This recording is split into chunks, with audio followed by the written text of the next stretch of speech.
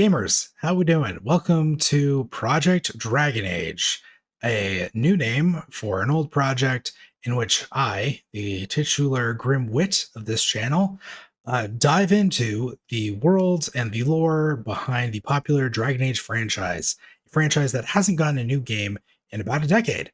In preparation for Dragon Age the Veilguard, which releases later this month, I've dived into Dragon Age Inquisition. I've immersed myself in this world.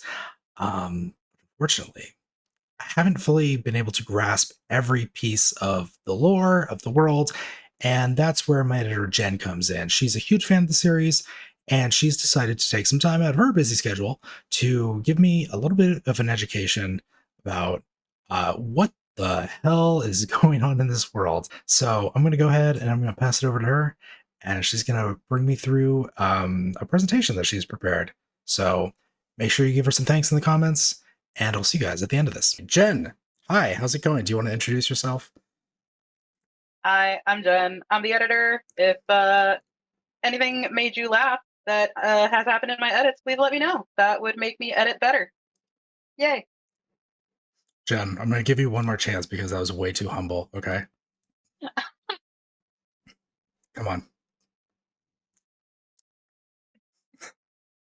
Hey there, guys. I'm Jen. If you think Andrew is funny, you're welcome. That was me. That was all me. I cut out all the dumb parts and made him funny. Enjoy that.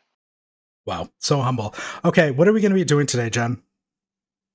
All right. So I have for you a PowerPoint, which is amazing because I haven't made one since high school, about more or less the basic stuff that you need to know to continue with Inquisition, so you stop bitching about it. And hopefully some information you'll need for Veilguard without being spoilery about the end of Inquisition. And also, here was the trick, without being spoilery about the other two games, because I really want you to play Dragon Age 2. So, okay. Well, I think this is I'll just go ahead and say it. I think as long as you don't show me the trailer for Veilguard, you won't be as spoilery as BioWare has been. So you're probably good there. well, here's hoping. We're not going to spoil the future. We're trying to not spoil the past. All right, sick. Okay. And then I've also heard that there's like a some type of test element, maybe like an exam. Yeah, so we're actually going to quiz you to make sure you retain this information, because that's going to be very important. I don't want to keep running into the same problem, so we're hopefully going to see you learn a thing and then retain it. Yeah, and I think I also want to stop recording the same video over and over again, where I just talk about how little I know about what's going on. So I think we can all come out of this winners. Here's hoping. Also, I did test run this with someone that has never played any Dragon Age, and they did pass. So bar is set pretty high for you. Okay, we could have mentioned that. Not on. That's okay. That's fine. Anyways, but we're also going to make this interesting, right, Jen? So if I do get 100% on the quiz, every question right, then the next intro to the next video is going to make me look really cool, right? We were talking about this off air, but I remember you didn't agree, but then I thought to myself, okay, if I just don't ask you again before we are recording, then I can pressure you into agreeing to do that. Is that cool? Can we do that? Yeah, it will be super cool considering you're asking on the air. Amazing. Yeah, and I think what we can do is Jen, considering how many people I've kind of come to really love, and I think how good you are at like pulling people out of the backgrounds of their videos, maybe like we could do something where this is just a suggestion, okay, you do what you feel is right, but maybe we could do something like in the intro for the next video where I'm surrounded by like all of my queens and kings that I love, who I want to make part of my harem, and maybe they could be like looking at me lustfully. I think that would be like probably pretty good, right? And very doable, I think. Absolutely. If you win, I will give you your harem. Okay, sick. Thank you, Jen. Because I feel like it's not going to happen in the game, and it's making me very disappointed the more I play. We will get you your harem one way or another, but you do have to score 100. Okay. On everything. Okay. All right. I'm locking in. Jesus Christ! I just hit my desk with my knee. It's okay. I'm locking in. That's how I lock in. All right. Hit me with it. Let's go. All right. This is the Dragon Age Inquisition. How did we get here? A short explanation on everything important, mostly. Okay, I have a question, Jen, right off the bat. I'm sorry. Uh-huh. Okay, also go ahead and stop me if I ever am being like really annoyed with these questions. But I'm gonna give you a lot of them. Okay, here we go. Um, can you go back one slide? Is that possible? Oh, I Jen, don't. I don't know how to go back. I'd have to try the undo. left arrow key. Can you do the left arrow key? Oh, there we go. Oh my god. Okay, we're all I'm learning rusty as today. fuck on this. Okay. Okay, here's my first question, John. Do all of the Dragon Ages have this pose as part of their cover art, with like the hero reaching up into the sky as like dark forces twirl above? Because I feel like the Veilguard has this too, right? Am I wrong about that, or am Uh, I correct? so mostly what you will see is some variation of this pose, because what you want to see is, if you can look over where I put "How did we get here?" There is a dragon made out of all that chaos. Yeah. So if you go back and look at the cover art for the box sets of the other games, you will see a dragon of some sort also be made in those. Okay. Yeah. No, I see the dragon. He's got a little head right here. Hmm. It's really cute. Okay.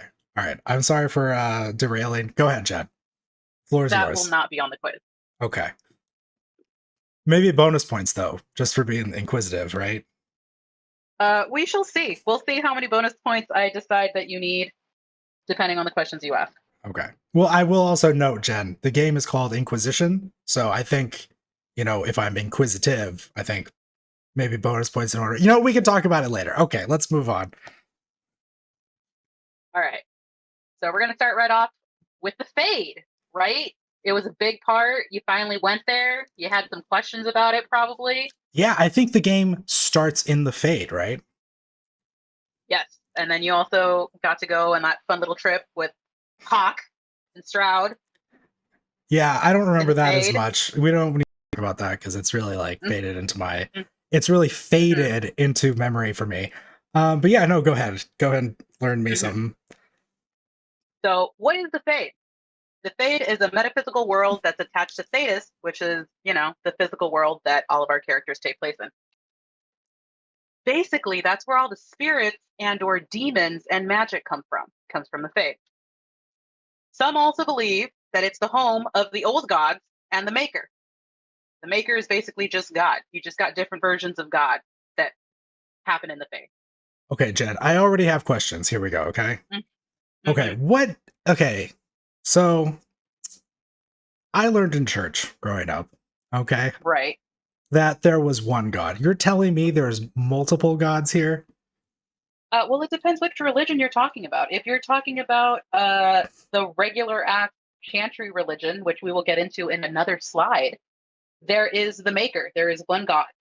But if you Okay. talk to the Dalish, if you talk to the dwarves, if not so much the Kunari, I don't believe, but if you talk to the other religions that are out there, you will see that they have their own versions of God. So there's the old gods, and then there's, of course, the Chantry version of the Maker, which is just God.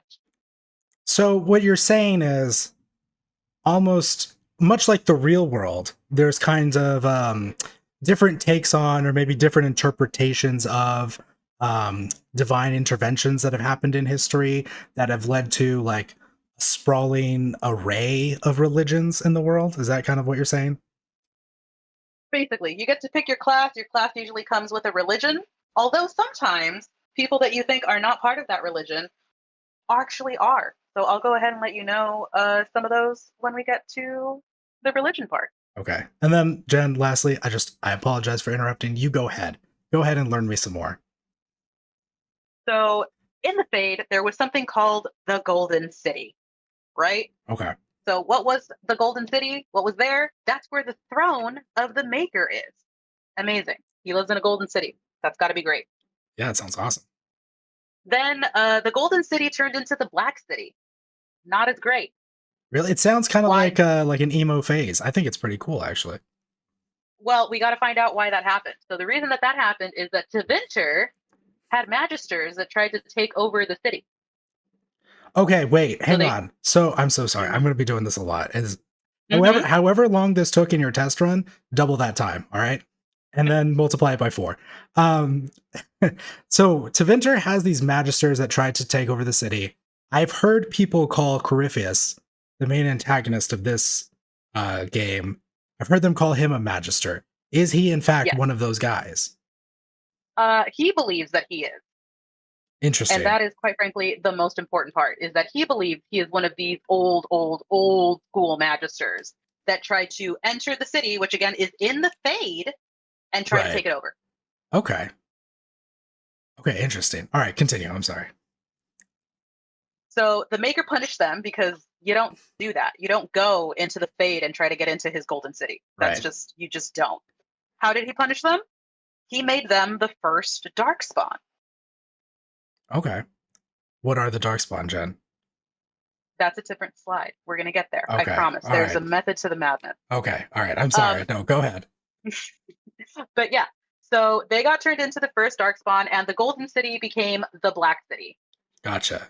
According to some religions, one day the Maker will forgive everybody and make the Black City the Golden City again. Okay. So this is kind of like mankind's original sin, kind of. Yeah, and of course it came from Tevinter. Okay. So Tevinter is like a stand-in for what in the Judeo-Christian tradition would be considered maybe like the children of Cain, right? Of the Cain and Abel story. I don't know if you're familiar, Jen. I was raised Catholic. Okay. I know these stories well. Okay, Jen, I'm sorry. I'm going to stop memeing on you. Why don't you go ahead and give me the next piece of information? I just don't know if we want to bring up all that Catholic guilt and trauma. All right, you know what? That's actually super fair. That's a whole other PowerPoint. You know what? Let's save that for the next video, okay? All right. So, yeah, they're the original carriers of the taint. Is there something you'd like to say? No, actually, no, I'm fine. Because I feel like there is. No, you know what? I'm gonna let you go on and move on to the next section. Okay. It's gonna come back, so maybe you're gonna want to say something later. No, you know, if it comes to me later, maybe we'll bring it up later. All right. This whole punishment that they went through was the first Blight. Okay. I've heard of these. Yes. That's also a slide. We will get into that. I'm trying to do this in chunks for you. Yeah. So just put some pin and stuff. We'll get there. I promise. Okay. And if anyone has any issues with that, you make a PowerPoint and try to teach them stuff. Okay, Jen, you don't need to be defensive yet, okay? The audience is on your side right now. Don't lose them. I'm sensitive. Okay. All right. Mages have a connection to the Fade. Okay. So they can enter the Fade through dreams. Who do we know that can enter the Fade through dreams? Solus does that. Is that one of the questions? Yeah. No. Oh, shit. Okay. Well.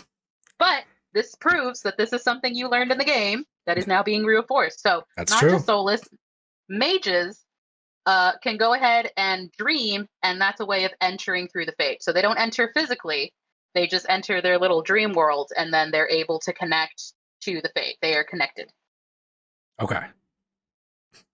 So this was thought to be the only way to enter the Fade.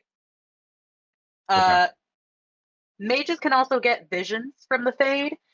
It's not really like a future seeing type of thing, but maybe sometimes they can interpret stuff. So this just all goes to prove that they're very connected to the Fade. It's a very important connection that mages have to the Fade. Also, until the Inquisitor, nobody thought it was possible to physically go through the Fade. That's why you'll remember even Solus was like, what is happening here? How did we make it physically into the Fade? Yeah. Okay, can I ask a question here real quick? Yeah. Okay. Mm-hmm.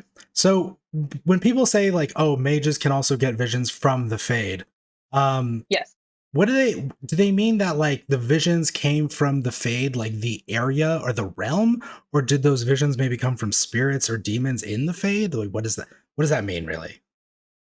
So it's pretty nebulous from my playthroughs, because again, I'm not an expert on everything Dragon Age. There are some people that are. They have some great videos. I'm just going through all of my playthroughs that I've done of the various different games. So as far as I've seen it, they're getting it from the nebulousness that is the Fade. The Fade is just kind of a magical realm that they can go through. Sometimes they will talk to spirits. Sometimes those spirits are actually demons in disguise, and they're giving them little devil and angel shoulder advice and stuff. So it really just kind of depends. It depends how far into the Fade you travel, because as we saw, you can travel pretty far into the Fade. You can walk it through like the roads and stuff.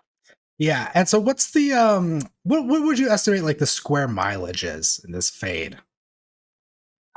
Probably whatever Thetis is, I'm assuming, because there seem to be a lot of places that correlate. Like Solus says that he'll just go to like a battlefield and sleep and dream there, and then he gets to see the battle happen. So at the very least, it's as big as however big Thetis is. Okay.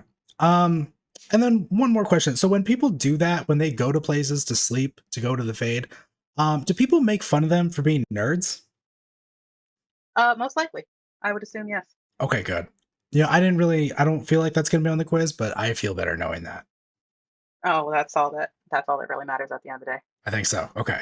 Sorry for interrupting. Go ahead. All right. So there's also something that you've discovered that should be coming up in a video called the Crossroads, if you recall that. Oh, Jen, you're going to be very surprised. I've done that part. I haven't recorded that one. Yeah, I haven't recorded that part yet. I haven't recorded that A-roll for you. But that's coming up. That's coming up this week. Yeah. So through discovering the Crossroads, it may have been possible to travel through the Fade in some form. We're not sure what it is because we didn't get a lot of explanation from our dear friend Morgan about the Crossroads. But maybe in the past it was possible. We don't know. We don't know what's going on there. Yeah, I definitely don't. Yeah, but keep that in mind. The Crossroads are indeed connected to the Fade. That's probably important for this game and the next. Okay. All right. All right. We're moving on to the Veil. Okay, good. Because I've barely heard anything about this. So yeah, hit me with this. All right. So the Veil is a barrier that exists between the Fade and the physical world. That's all it is. You can't touch it, you can't see it, but it's there. I see. Okay. That makes sense. Yep. So mortals and spirits have a hard time crossing through the Fade or through the Veil. They can't really do it. Usually when spirits try to do it, they get distorted and they become demons. And that sucks. Not a good time. Yeah. I've seen that actually. Mm-hmm. Okay. Okay, this is all making sense. Yeah. And according to human history, the Veil has always existed. There has never been a time where it has not existed, according to the humans and their history. Okay. That's interesting. That makes sense. Yep. Interesting because of some stuff that I got up to this week, but you know, we'll save that for later. Yeah. Okay. So this is what we got here on the Fade. Do we seem to have a pretty good understanding of this here? Yeah. Oh, is this everything for this slide? Yeah. Okay. Yeah. No, I totally get this. I think actually most of this. Well, no, I didn't know anything about this city. I heard of it, but yeah, no, this makes sense. This is good. Okay. Yeah, the Fade. That's the spirit world. People tried to go into it. That was like original sin. That was what caused the first blight. So, I know. Wait, no, wait. Hang on. You said you're gonna get to that later. Okay. Yeah. No, I'm good. Go. Okay. Oh, one last thing. Okay, so you lied to me. So you lied to me, Jen. I did lie. Okay. I did lie. All right. Where's your teaching credential, Jen? Where's your teaching credential? What are the tears in the Fade, Andrew? Oh, I do know that actually. Those are called rifts. Yeah. Yeah, that's what Inquisition is all about. And maybe the other games, I have no idea. But yeah, but Inquisition at the very least, yes. So that's what you've been fixing. They're just weak points in the Veil where it rips open, and then demons can come out of there. You know this. Yeah. Also, a fun little thing that I don't know if you caught there in Corey's future, your good friend Corey in the house. Yeah. In his little future vision, that was actually a future where the Veil was completely removed. They destroyed it. They shattered it. It wasn't there anymore. So demons could just come pouring out of nowhere. Or not nowhere, the Fade. So that was a very bleak future because the Veil was gone. Okay. Interesting. I don't I don't remember. I don't remember if I remember that. um, I feel like they might have mentioned that, but I don't know if I knew enough, at the time for that to be Yeah. meaningful to me. So just really wanted to emphasize that. Okay, no, that's good to know. That's good to know. I like knowing that. I think that Hmm. makes sense. Okay. So the veil, kind of important. We kind of think maybe it's a thing that should stay, right? Sure, yeah. Veils are good. Maybe guardian one would be great too, Yeah, maybe that's something we should look into in the future. perhaps. All right. Yeah. Then otherwise, it's what I said. The demons just come physically into the world. It's just an easy, fun time for them. Not a good time for us. Okay. Next slide. So we're going to go ahead and we're going to talk about the fifth blight. We learned a little bit about the first blight. Okay. There were then 4 other blights. Okay. Is it a So we're going to problem focus if on I the. haven't seen the second, the third, or the fourth one? No, we're really just going to focus on the fifth blight. Okay. So, what is a blight? It all starts when an archdemon, the dark-looking dragon thing that you keep seeing with Corey, Okay. that wakes up, and then a blight starts because he's woken up. He gets to start them. Okay. So archdemons are believed to be the tainted versions of the old gods. Okay. So remember, we were talking about the taint, and that was something bad that happened with the first blight. Yeah. Yeah. So if Corypheus was one of the original magisters, which some people consider, depending on your religion, the old gods, then he should be an archdemon. But he is not. He's whatever creepy, tall, red lyrium man that he is. Wait. Hang on. 1 second. You almost. I don't know if my brain just shut off for like half a second and I like missed something. Okay.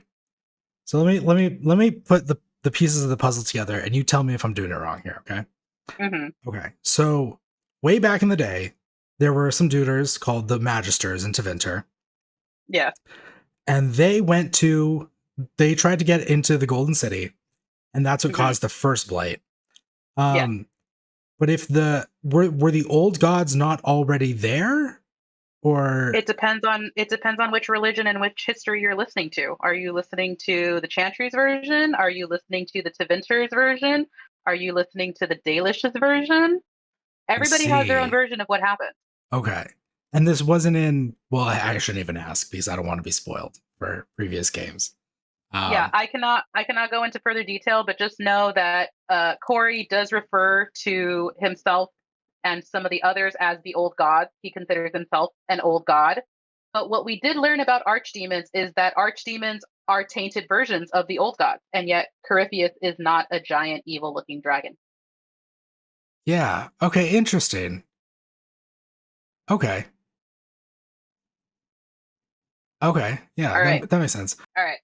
So we remember, of course, that it was the Maker that tainted the old gods. So we remember that from the last slide, right? We're Yeah. reinforcing that. Yes. All right. And where did this all happen, Andrew? In the Fade, and more specifically in the Golden Now Black City. Oh, look at you. You're really going for that 100%. Oh yeah. I'm ready. I'm locking in. I told you. I said that. All right. So that is the whole reason why we have Darkspawn and the Blight and everything else is because it was brought back from the Fade. So this is a horrible, terrible thing that was brought back from the Fade. We're going to go ahead. So the Archdemon actually calls to the Darkspawn through a song. He sings a little song, and the Darkspawn are so enamored by this song that they go and they search him out. Okay.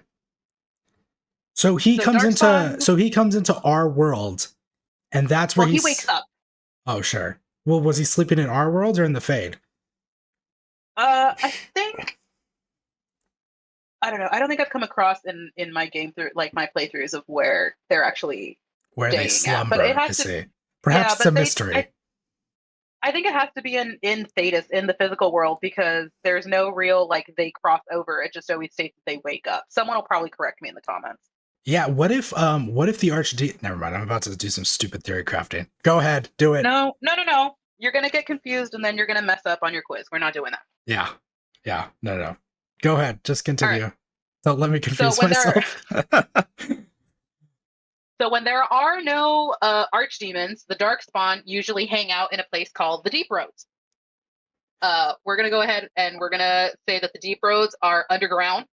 It's a Okay. fun little underground place that they get to go. So they usually spend their time underground, and they only come to the surface to cause mayhem and chaos and carnage when there's an archdemon calling out to them through their song.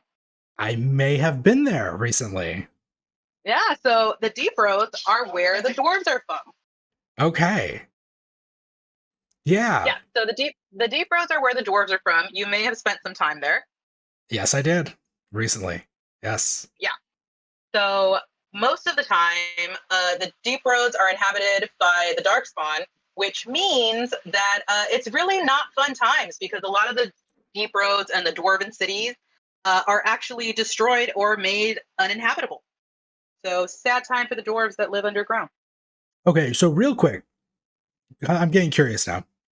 Um, so does Dragon Age do that kind of thing that a lot of other like Tolkien-esque fantasy worlds do, where currently like the age that we're in, obviously it's a Dragon Age, right?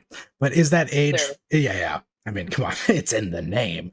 But is it more of like we are in the age of man and the age of like dwarves and elves is like in the past and maybe a little bit like predates some of the events we're talking about right now? Is that the gist of it? Because it's hard for me to believe that the dwarves live underground in cities that they built, presumably, Mhm. while there were darkspawn down there already, right? That or that's just like Yeah, that's no. my take. Yeah, No, so remember, it wasn't until the Tevinter Magisters or until the old gods got corrupted, whichever version that you're talking about, but there have only been darkspawn since the first Blight. I see. So there And the was a dwarven time cities before Blight. predate that. Yes. Gotcha. Okay. Okay, that makes sense. Yeah, so you get a little bit of background on the dwarves. They live underground for the most part. Not all of them are Varric and live above ground. Wait, what? I thought they were all. Never mind. Yeah, continue. No. So Varric, for a fun little bonus point, if you can remember this later, Varric was actually born above ground. So he doesn't really like the deep roads. He really doesn't like being in the dwarven cities underground. He is a top shelf dwarf. Gotcha. Okay. And because of that, he's kind of outcasted. They don't like dwarves that were born topside. Interesting. You know, Yeah. that's something I like about this game is well, I'm not like obviously super familiar with every little part of it, but when I was reading like some of the elvish stuff when I was making my character, there's like different kinds of elves, right? And Mhm. they're not necessarily all friends. Like just because just because I'm an elf and just because they're an elf, that doesn't mean necessarily uh that we're gonna get along, you know? And it seems Yeah. that's the same with dwarves, which I like. I appreciate that. Hmm. So he's just a special little snowflake that gets to be your companion. He is special. Yeah. I hope nothing bad ever happens to him. This is gonna this Anyway, might age really poorly. I don't know. anyway, a blight ends when the archdemon is killed. Go figure. Okay. Who does that? Who does the killing of the archdemons and the darkspawn? Oh, That's a that's Great Warden thing. yeah. They ended the first blight and some other blights. I think. Hmm. Sure. Yeah, so they ended all of the blights so far has been the Grey Wardens. That's what they do. We're going to talk about them a little bit more in the next slide. Okay. Wait. One question. I'm sorry. I'll Hmm. try to keep these to a minimum. Um, when we're talking about the age of lights, right? We're on the fifth one now, but we talked about the first one earlier. Like, what's the timetable for these blights? Like, how long have these been going on? What kind of frequency? Yeah. Um, I don't remember if there's one like every age, because we're currently in the age of the dragon, Yes. or if they just kind of happen. I just know that a blight starts when an archdemon wakes up, and when they kill the archdemon, the blight is over because the darkspawn are no longer hearing the song. They're no longer trying to find their master. They're no longer following the master's orders. So then they just go back to the deep roads to wait for the next archdemon to tell them what to do. Okay. Right on. All right. So there have been, again, how many Blights? We've got 5. We're on the 5th one. It says We've it got, on the slide. we got, yep, we got 5th Blights. And Inquisition and most of the Dragon Age games take place post 5th Blight. Okay. So we have not seen any other Blights. We have only lived through the 5th one. Okay. I won't even go into my questions there. I feel like we're getting into. Just continue. Just continue. Just continue. Those are going to be codex entries. If you want to go and read those, by all means. I learn all of my stuff through the dialogue in game. Nobody reads the codex entries. If you do, go find one of those people. They'll know more. Yeah, if you do, you're a nerd. Okay. All right, next one. Half my audience just. Look at who it is. Oh, it's my boy. Your boring, boring boy. You know. Yeah. Okay. Yes. All right. But what is your boring, boring boy? He's a Grey Warden. He is I what? know this one. I know this one. He's a Grey Warden. He is a Grey Warden. Yeah. So, what are the Grey Wardens? They're a special type of warrior soldier that comes and fights during Blights. That's what they do. Yeah, I think I knew that a little bit. I think they talk about that. Yeah. So they become a Grey Warden. It's a special thing that they have to do. They have to drink the blood of Darkspawn. I don't know if I knew that. That's crazy, but I mean, cool. You know, it's pretty metal. Yeah. Yeah. So that's a special little ritual that's called the joining. And what's fun about the joining when you drink the blood of Darkspawn is it can either kill you immediately after drinking it, or it can kill you slowly. Okay. Fun, right? Sure. Yeah.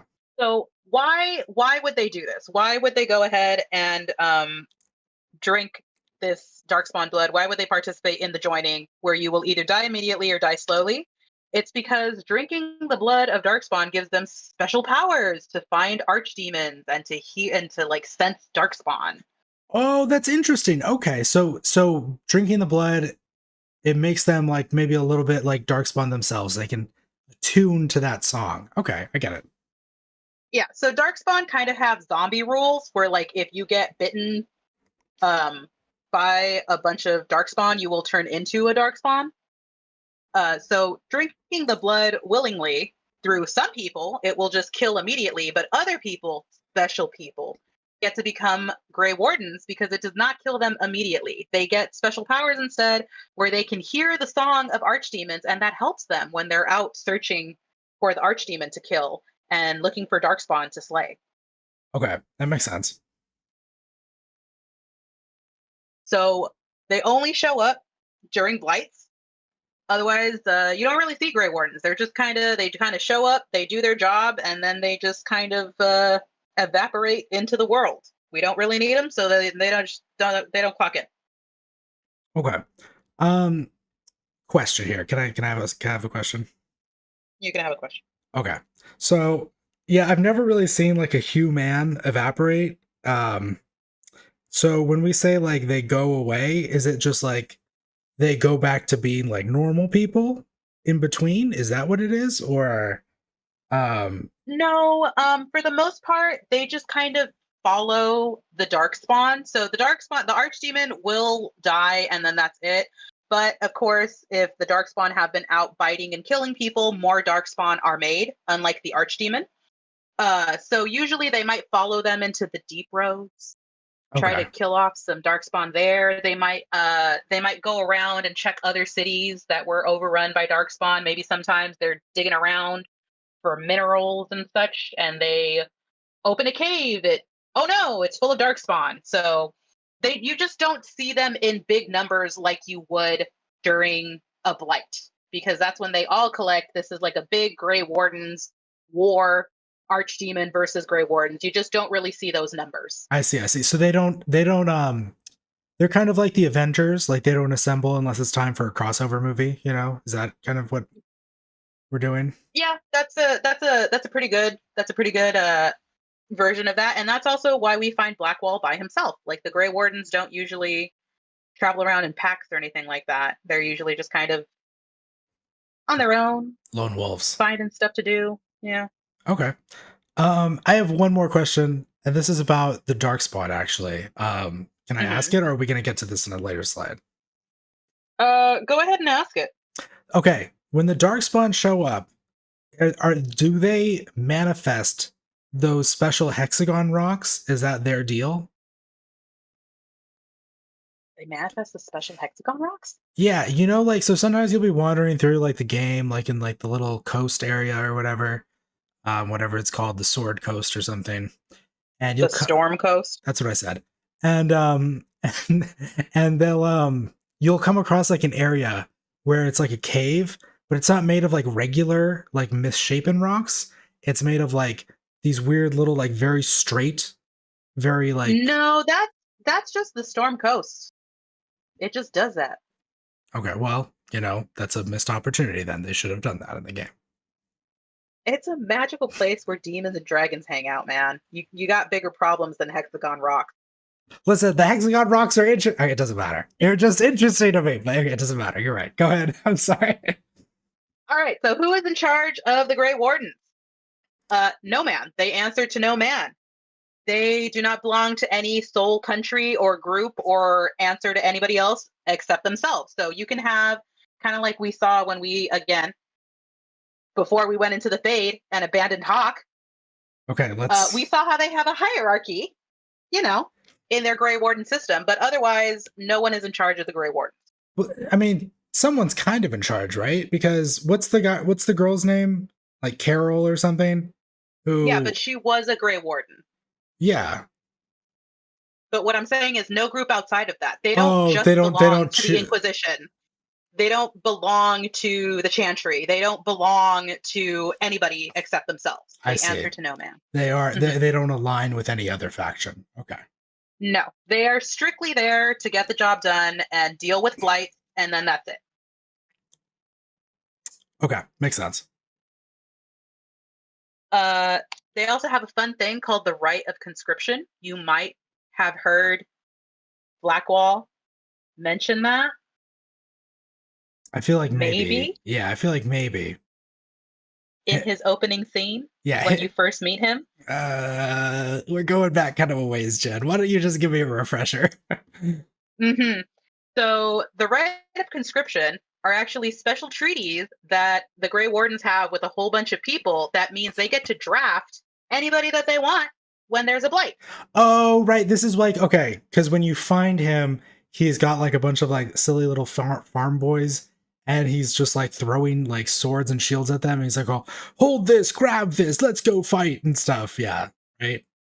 Yeah. I remember that. That. He was using the Rite of Conscription as a way to teach them how to defend themselves, and then he's like, all right, you're done, unconscripted, go protect your farms. Yeah, he said you're free to go now. Yeah, he let them go. Yeah. So basically, when it's a real world thing and people are super in trouble, they have a bunch of treaties with a whole bunch of different towns and allegiance and things like that. Where they can go and say, hey, there's a Blight, we need soldiers, we need people. So that means they can get criminals, they can go ahead and get mages, they can get regular humans, whoever it is that they need in order to fight. That's what's going on there. Okay, I understand that. Otherwise, just to sum it up, is they got Night's Watch vibes, is what's going on there. So they have exactly one job, just like the Night's Watch. Yeah. You fight Blights. That is your main missile. Everybody sends their people there. They're not part of any, like, the Lannisters or whatever. Yeah, okay, I get it. That's a good way. Yeah, okay. I gotcha. And then just remember, you will eventually die, if not through war, because of the Darkspawn blood, because of the joining that you did. It will either kill you or it will drive you insane, and then you die. Fun times.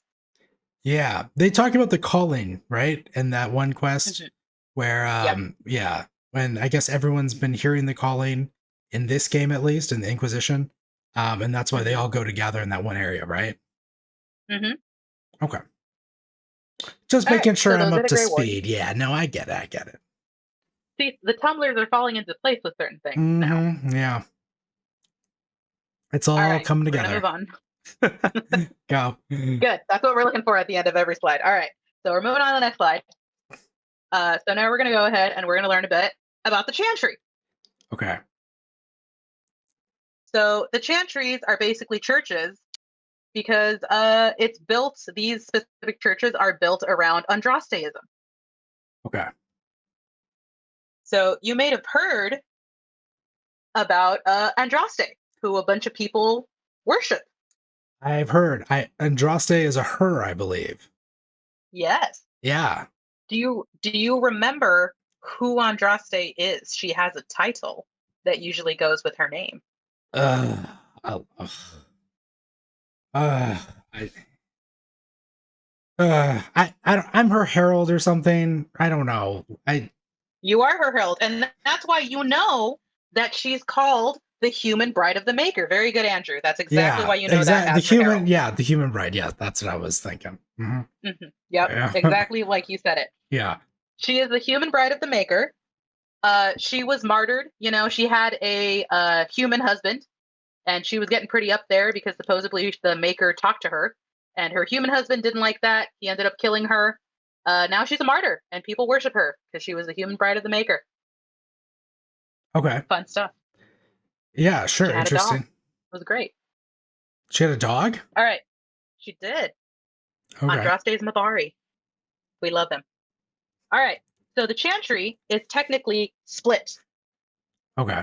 There was one kind of Chantry that did all the Andrasteism, and then it split. And it split because of this statement right here, which is magic exists to serve man and never to rule over him. Okay. Very, very important. We gave it the dramatic effect pause. Yeah, no, I caught that. Okay. So who splits? Tevinter splits from the rest of the Orlesian Chantry. It's always Tevinter. Okay.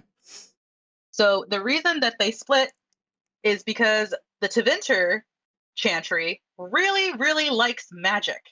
And the Orlesian Chantry does not. Why? We go back to that statement. Magic exists to serve man and never to rule over him. They do not believe in the Orlesian Chantry that magic is a good thing.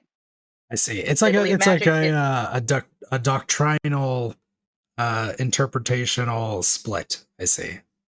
Mm-hmm. Okay. So yeah. So Orlesian Chantry does not like it. Tevinter was kind of like, we like magic. We would like to continue to use magic. We would like magic and mages to have the same rights, or even, you know, a little bit more rights, because it seems like they're special because they have magic. Okay, that makes sense. And the Orlesian Chantry did not like that because Andraste did not like magic. So they split up. Okay. I'm following. All right. So we have the Divine. You know the Divine. Yeah. Yeah, So the Divine, yeah. What is the real world equivalent of the Divine? What is our world's equivalent of a Divine, would you say? Chad, I don't. You're so right. The Pope.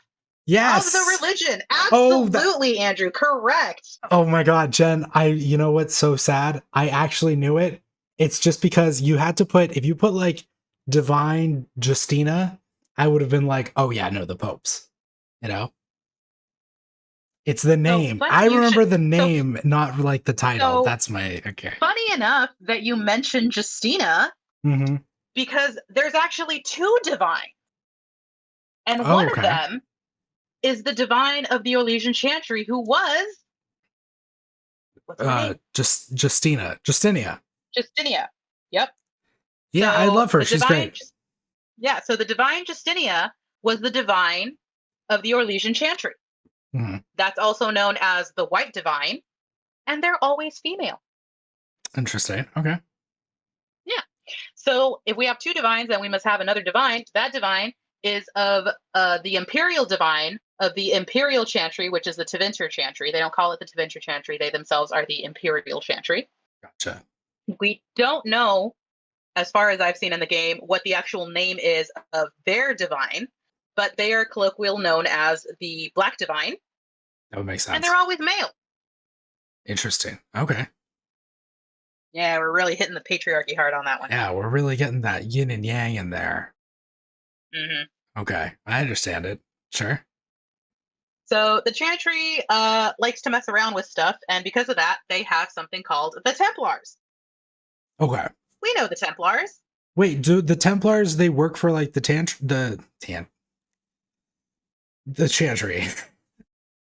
They do. They work for the Chantry. They are actually the Chantry's private army. Okay, sure. But that one guy punched that one lady in the beginning of the game. Yeah. Like right in the face. Yeah, they did. Or like in the back of the head. Mm-hmm. I think that made it worse, honestly. I'm gonna be real with you. We're not talking about the game mostly in this. So the Templars are the Chantry's private army. Mm-hmm. What do the Templars do for the Chantry when not punching old women in the back of the head? They're smoking lyrium. We'll get to that. Okay. So they actually watch over mages in the circle. Okay. That's one of the things they do. The other thing that they do is they hunt down apostate mages. Okay. And they're basically the magic cops. I see. In Orlais. Yeah. According to the Chantry takes place, it has spread far and wide, is by far the most popular religion that we have, Andrasteism. Actually, Varric is actually part of Andrasteism. He just doesn't advertise it as much. Yeah, no, I got you. Oh, but what I just meant was like, this is the Templars in Orlais and the surrounding areas, but the Tevinter Chantry presumably wouldn't be doing this because they're cool with magic or more whatever. Yeah. Gotcha. So this is all because they're, again, keeping with, what was it saying? Magic exists to serve man and never to rule over him. Yes. Yeah. So they also started another fun thing called the circles. So there's the circle. I've heard of these a lot. Yeah. Yeah, that's where all the mages get to be kept, according to the Chantry. So basically here, we're separating or segregating all of those with magic from those without magic. And that's never gone wrong ever. Okay. I'm not picking up on any sarcasm in that. Okay. Continue. All right, so we're going to go ahead and move on, and we're going to talk about the Circle of Magi. Okay, good. Mm-hmm. Mm-hmm. So it was created to protect mages from those that are not mages. What are we protecting them from? Mages themselves. They're a danger to themselves. How dare they be mages? Mages are inherently dangerous. Yeah, sounds right to me, yeah. Mm-hmm. So originally, when Andrasteism kicked off, they were supposed to be kind of okay-ish. Again, as much as segregating an entire group of people from everybody else can be. And now they're mostly super corrupt and abusive. Okay. Who would have seen that coming? Yeah. Okay. So mages are forced into the circle for their own good, of course. Yeah. And that includes taking children from families. You just pick them up and take them away to the circle tower, never to be seen again. Okay, so here we're gonna. We have one more question here. So what I'm getting is mages are kind of like Jedi. Is that correct? I'm not familiar with Star Wars. I'm so sorry. What the fuck? What? You're not like. I know what a Jedi is. I just haven't watched any of the movies or the shows. Any of them? It's literally Jedi's, Jen. It's like exactly like there's no better. I'm sorry. I'm yelling. I'm sorry. Remember, you yell at me too much, you're gonna have to start editing your own video. I know. Listen, I'm trying to be chill. Do you want to go back to Dragon Age? I think I do. So the circle are kind of like they're kind of like Hogwarts, right? They just like take young mages and they're like, you have to come live here now and do school with us. Yeah, but I mean, unlike Hogwarts, where you get to go back to your family and everything at the end of the day, you don't get to go back to your family. You get kidnapped, so you go against your will Hmm. because most of the people were indeed kidnapped or forced into it, I guess, if you're not a kid anymore. And they're forced into the circles. If the Templars find you, then you are sent to the circles. People that are exempt. Dalish elves are exempt from being sent to the circle because there's some kind of treaty things that they have with the peoples. They kind of leave them alone. They have their own religion. They have their own rules. That's fine. We'll leave them alone. Okay. Dwarves are exempt. Did you pay enough attention to know why dwarves are exempt?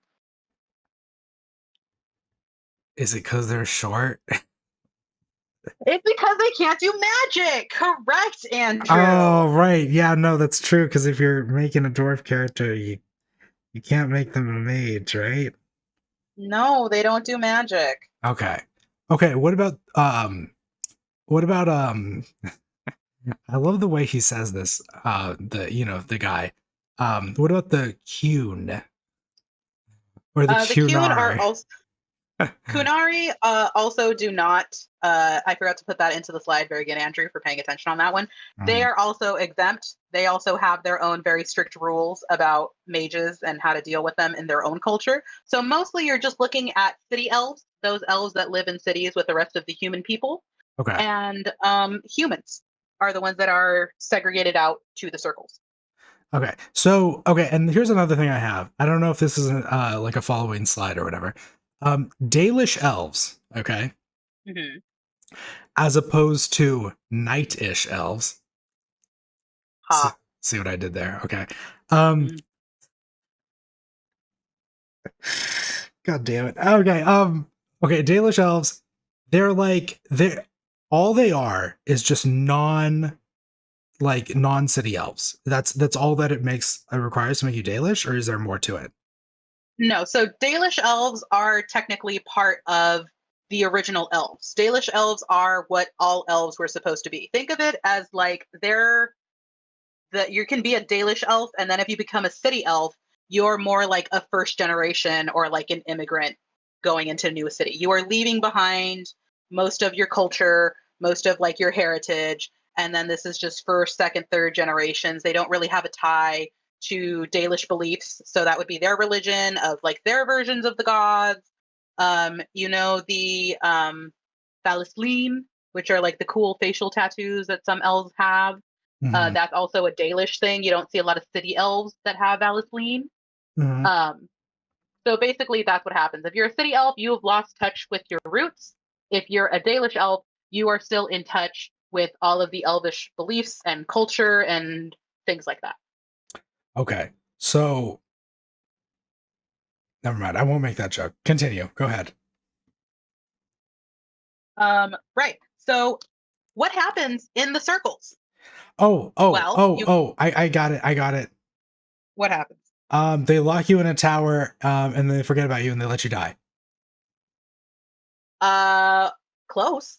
Okay. You get to study magic safely because you're supervised. Oh, well, that's You nice. can never, yeah, you can never see your family again or even have one of your own. Relationships of Oh, the romantic nature are strictly forbidden. okay, well, that's less nice. That's not good. Yeah, that's not as nice. Yeah. You get to live in the circle tower forever, and you don't get to leave unless you have special permission from people.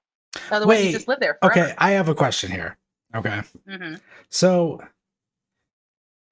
I've heard of these circle towers, okay? Because Right. as you know, I'm a big fan of Vivian, right? Mm. Yeah. Hmm. So she's talked to me about some of these circles, okay? Yeah. Um and and the way that she talks about it is kind of like you live in the circle tower, right? Right. It kind of sucks ass, but Hmm. you at least like live there, which I presume means that people are like constantly like door dashing you food.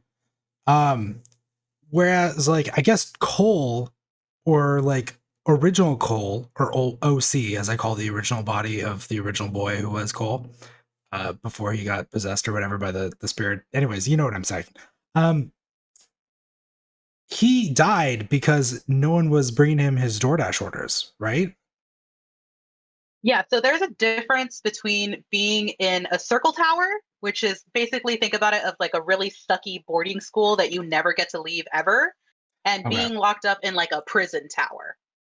So Okay. Cole was more likely locked up in a prison type tower, if I remember correctly, or he was in one of the shittier circle towers where they just have like dungeony places for all of those really sucky mages who don't follow the rules and want to have a boyfriend or girlfriend or like see their original family. Okay, so it's kind of like even within the circle of magi, you have like differences in how they're treated. So it's kind of like you have some that are more a little bit more like Hogwarts and some that are a little bit more like Azkaban, right? I'm Yeah, trying to so use I mean, things if you that think you about might it, understand. I would so talk if you about think about it, Jedi, Jen, but I'm sorry, you don't know anything about Jedi. Anyways, go ahead. well, there is a really classic King Arthur and Merlin. If you want to get into that relationship when talking about Okay, I'm not Luke British. All right, and Jen. Obi-Wan, you can go ahead. No, I saw a documentary on it. It was really good. Wow. Said me So if like you look at Vivian and the way that she grew up yeah. in Orlais with all the fancy French people, Yes. uh, they probably had, she was probably in one of the nicer circles where they Uh-huh. probably treated them a lot better, which is why she has a better view of the towers. But for the most part, the towers are not great for a lot of people, especially if you did not volunteer to go into a tower. There are some people that like see the towers as great, like Vivian, whether or not they're on her level of status, that are like, no, the towers are great. They keep us safe. We get to learn stuff.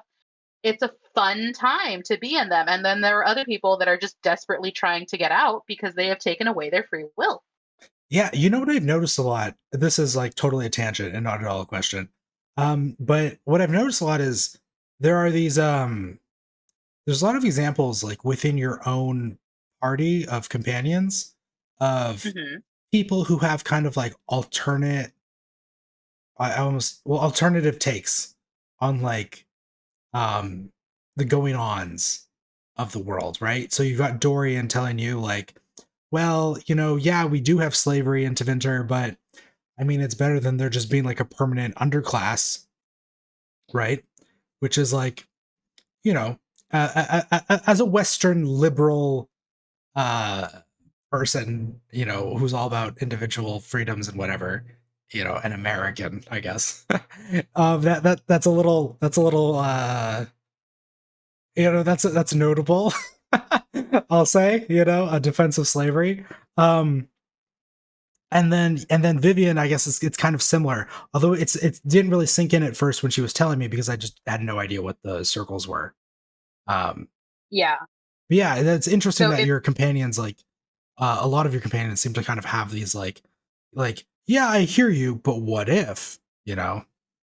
Yeah, and if you play in the other two games, you get to see in, I believe it's in Origins that you actually get to be in one of the circles. You actually start in a circle tower. So you get to see kind of firsthand what it's like to be a mage in these circle towers Wait, is and Origins not the first one? necessarily, yes. Okay. So you get to see firsthand what it's like to be in the towers and maybe why it's great and maybe why it's not so great because you don't start off in one of these like Tevinter Magister, we love magic towers, and you're also not in Orlais, which is like the fancy rich people place. So you're Oh, just kind okay. of in like your run of the mill uh, circle tower. So you So get to see kind of firsthand. so the circle is not like one area. It's not like it's not like one area that everyone sends their mages to. It's like every place has like circle towers. Yeah. Okay, I get it. So depending on how big like your city might be, I don't know if a lot of them have multiple, but you might have a bigger circle tower if it's like a bigger city. And if it's Uh-huh. just like a small city, you might just have like a regular size circle tower. Again, it might not be the greatest because you're in a smaller city, things like that. But usually cities have their own circles because everywhere has Andrasteism and they have chantries, and that's the leading religion in Thetis. Yeah. So you're gonna find those. Okay. Okay, that makes sense.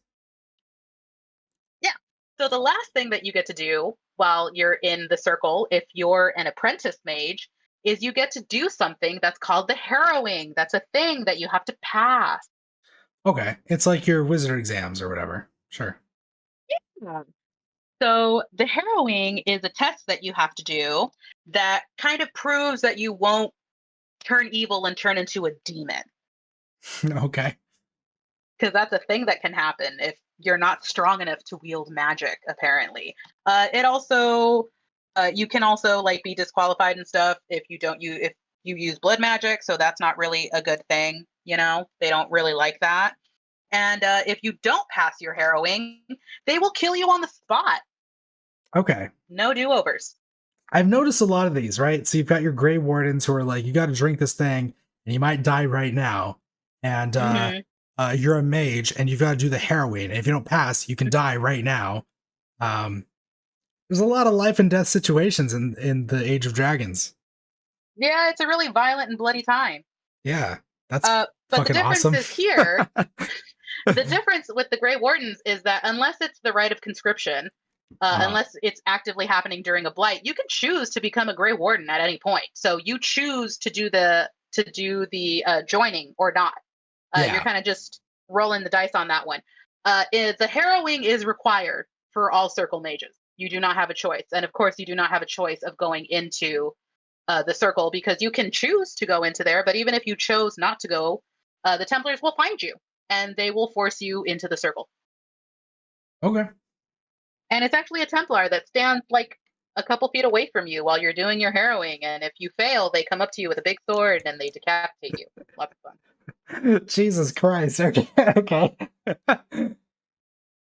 All right. I have a I have a very stark mental image of this. Go ahead. Oh, we should really have you play Origins. Okay. It's a lot of fun. So there's also something called apostate. I'm pretty sure you've heard this word thrown around a bit. Oh yeah. Mm-hmm. Who do we know that's an apostate? I don't. Not. Your favorite love interest. Oh God, is it Solus? It is. He's an Okay. apostate mage. Oh, is that So why what he does that doesn't have mean? wait, is that why he doesn't have like the face tattoos? No. Okay, never mind. Forget I said that. Those are a Dalish thing, remember? Well, no, that's what I'm saying. That's why he doesn't have them. It's because he's an apostate. He's not Mm-mm. Dalish, right? Well, you know what? So apostate mages are mages that have learned / practice magic outside of the circle. That's what they are. Oh. Okay, so technically if you were like a Dalish elf and you practiced magic in your hometown of Elving Town, right? Well, your camp, they don't have town. All right, that's what I said. Anyways, so you wouldn't be like an apostate because you're not like subject to the Chantry, right? Yes, but if you were like our dear Llewellyn, right, your Inquisitor, who was a Dalish elf, she did start as a Dalish elf, but then left her clan, right? She has yet to go back to her clan. She's now living amongst all the humans and dwarves and other city elves and whatnot. She is no longer Dalish. She has kind of, in this example, it would be like if she relinquished being Dalish, she's no longer Dalish. So she's no longer under the treaties that keep the Dalish mages safe. So she would now be an apostate mage. Gotcha. Okay, so she's like a Ahsoka Tano, who is a Jedi, who you have no knowledge of because you haven't watched any Star Wars content. Okay. Well, Ahsoka's she's the orange one with the little tails, right? Oh wow, amazing. Okay. You know what, Jen? You know what? Next week, let's do a thing where I'll make a PowerPoint for you, and we'll go over Star Wars. Okay. Oh, how much fun that'll be. Okay, I'm sorry for trying to derail this. Go ahead. Don't let me ruin this. So there's also propaganda that happens due to the Chantry, which, as we all know, religion loves propaganda. So the Circle actually calls them rebel mages because we need to make them sound scary. You don't want rebel mages running around.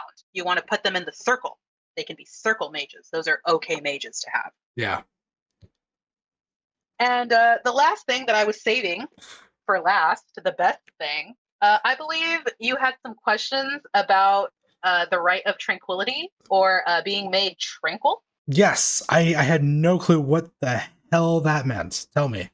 Yeah. Okay. So, you know how sometimes those pesky mages will try to escape or try to have a relationship and start a family in the circle, even though that's a no no? Oh god, that is so pesky. Yeah. Yeah. So, if they don't get locked up in a tower somewhere and then starve to death, you can do something called the right of tranquility. Mhm. So, they're made tranquil, which is basically a magical lobotomy. Okay. And So, that what does just that makes mean? you not magic. Oh, cuts ties. Okay, No, it go. cuts a mage's ties to the fade, and you are legit lobotomized. Oh You shit. no Okay. longer have emotions. You no longer dream because remember, dreams can take you to where? To the fade. To the fade. And you have cut ties with the fade now. So you don't get emotions. Okay, You wait. don't I'm get sorry. dreams. I'm sorry. Wrench. I'm gonna throw a wrench in this real quick. I'm so sorry. So Mm-hmm. when you're dreaming and you're going to the fade, you're Mm-hmm. not. You're kind of more like astral projecting. Is that kind of what it is? Like, because you're not like physically going there, right? I would say it's somewhere in between astral projection or like having a really like with those dreams that just seem so real that you were at that place that you were dreaming about. Somewhere in the middle of there. It's like VR chat.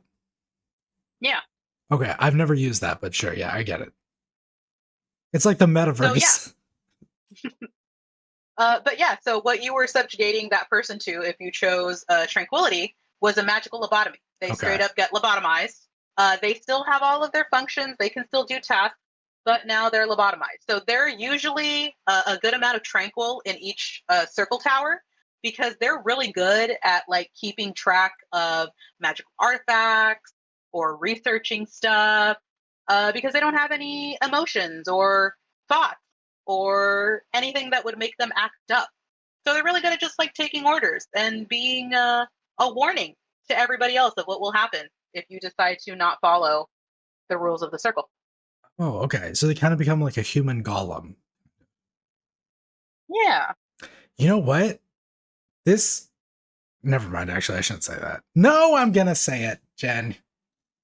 I should have tranquiled that one person. I don't know. I don't remember who they were, but like I could have made sure that they were helpful and without risk, because then I could have just tranquiled them, you know? And if that's inhumane, it's like, well, fuck them. I don't care. They're my enemy.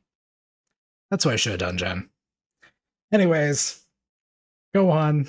Tell me how And that's evil a I thought that a am. lot of people have, and some people are just like, that is absolutely horrendous. So it just depends on whatever you see fit. But yeah, that's what the right of tranquility is. And as far as we know, there is no cure. That's not So once true, you're Jen. tranquil, That's not oh, true. are you there? Are you there yet? Because I've talked to Sandra about that, Yep. and Hmm. apparently they know the cure. Yeah. They have the cure. It can be cured, Yeah, and they they have have not it. shared it with anybody. You know what's so good though is or you know what makes me really glad about doing this episode now is that Mhm. I haven't done the episode yet, or I haven't recorded the Dragon Age Inquisition Diary, whatever we're calling them, where I talked to Sandra about that. Because that's in the current thing that I'm doing.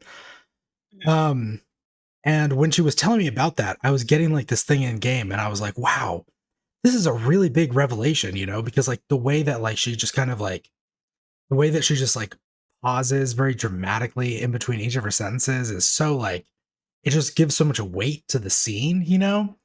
Um Yeah. and I understood like pretty much none of it. So I'm really glad we did this now, is what I'm saying. Hmm.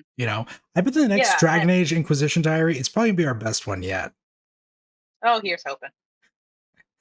Okay. So that's why I didn't include that little bit. I didn't know if you had picked up on that with Cassandra or not, but yeah. So the Seekers, sneaky little bastards that they are, Mhm. do have a way to reverse tranquility. But as far as everybody else is concerned in the circle or those that are apostates and have seen circles and things like that, there is no cure.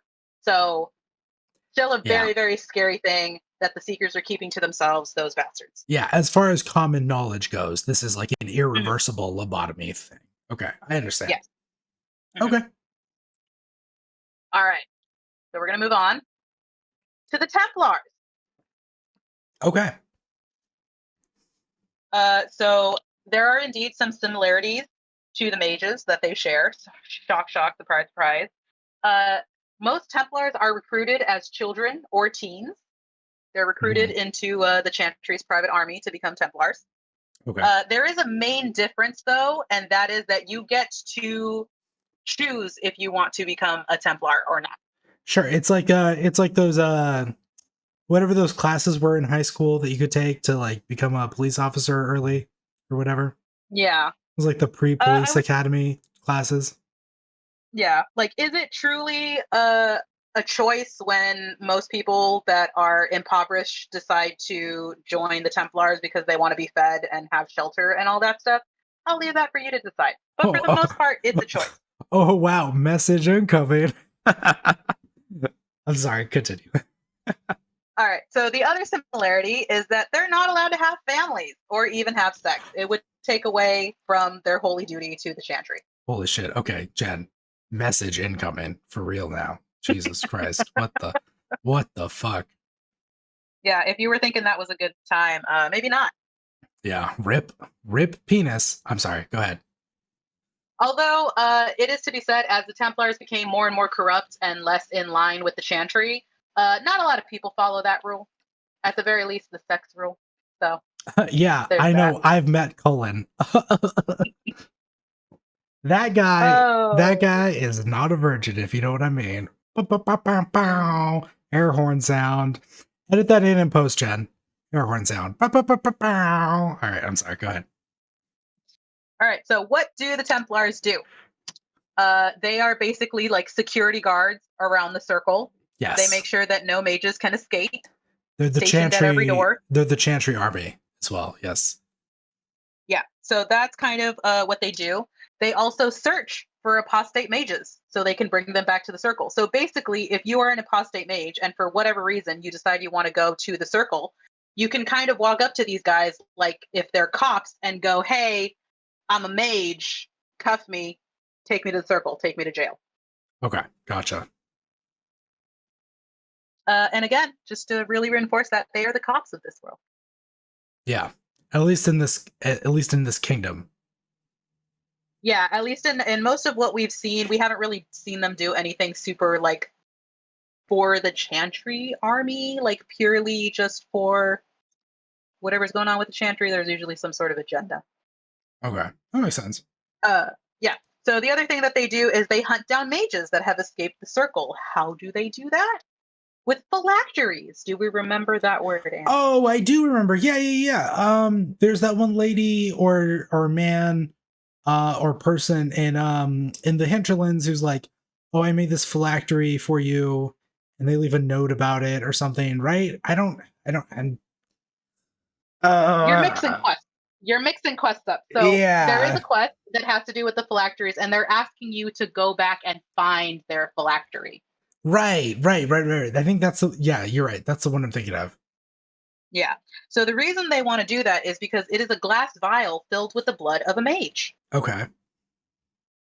And if a mage escaped, Templars can use that to track down the mage. Okay, interesting. All right. Okay, so this actually makes a lot of sense. So in the context of that quest, it's like, this is why I want you to find it, because I don't want other people to find me. Right? Yeah, they don't want the Templars to find him. If you can destroy the phylactery, then the only way they have to track that mage down specifically is gone. Oh, gotcha. Okay, that makes sense. Mm-hmm. This could also be considered a form of blood magic. Interesting. Okay. As we also learned, most Templars suffer from lyrium addiction.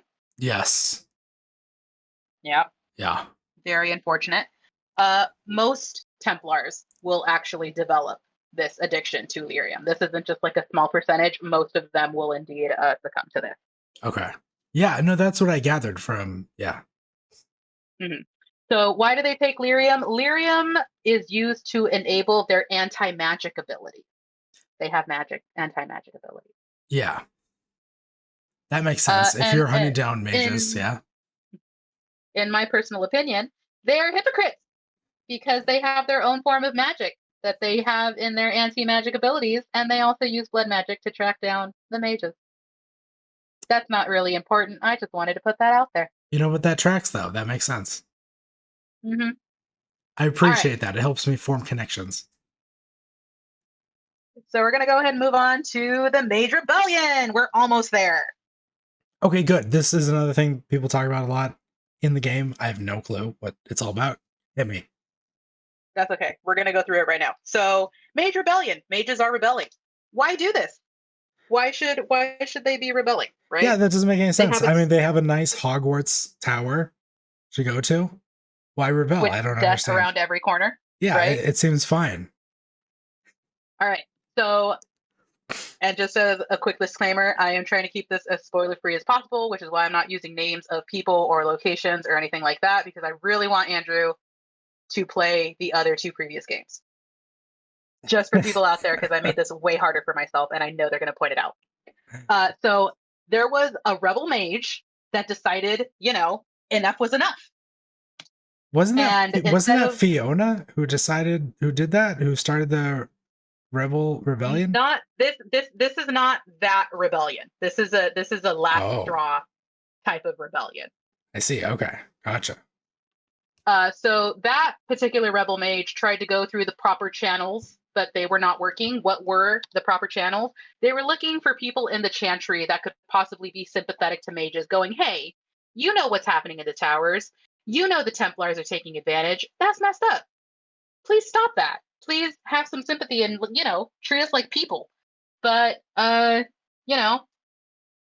most people did not want to do that. So what's the next possible thing that you can do when the proper channels are not working? You go for the most extreme action that you could possibly take, which is terrorism.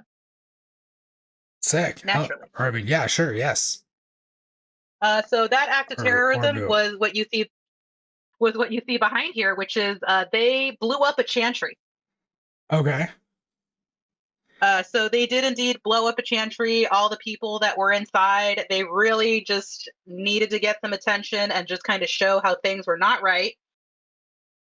So you blow up Chantries, you blow up churches. That's what happens. Sure. It's like Game of Thrones, that one episode where Cersei blows up the church or whatever. Yeah. Yeah. What a great way to get some attention to your cause. Yeah. The Templars definitely reacted. It was not a great reaction. They actually invoked something called the Right of Annulment. Okay. Shall we learn what that is? Yes, I think we shall. Okay. So the Right of Annulment is a free path to kill all the mages in that city's circle. I just want to say, Jen, real quick, the decision to switch to black text over this centerpiece of the image here, I think that's like a 10 out of 10 decision. Congratulations. Oh, thank you. Yeah. Thank you so much. It looks really good. I took a second on that. Yeah, like presentation wise, I don't think I've ever seen anything quite like this. Yeah. I'm hoping to get a good grade at the end of it. All right. Okay. So what is not adding up here, Andrew? Because the Right of Annulment is a free path to kill all of the mages in that city's circle. Who blew up the Chantry? It seems like it was one mage, Jen, like a singular terrorist mage, Jen. Very good. And probably not all the mages is what I'm thinking. Yeah. That is correct, but that is not the answer I'm looking for.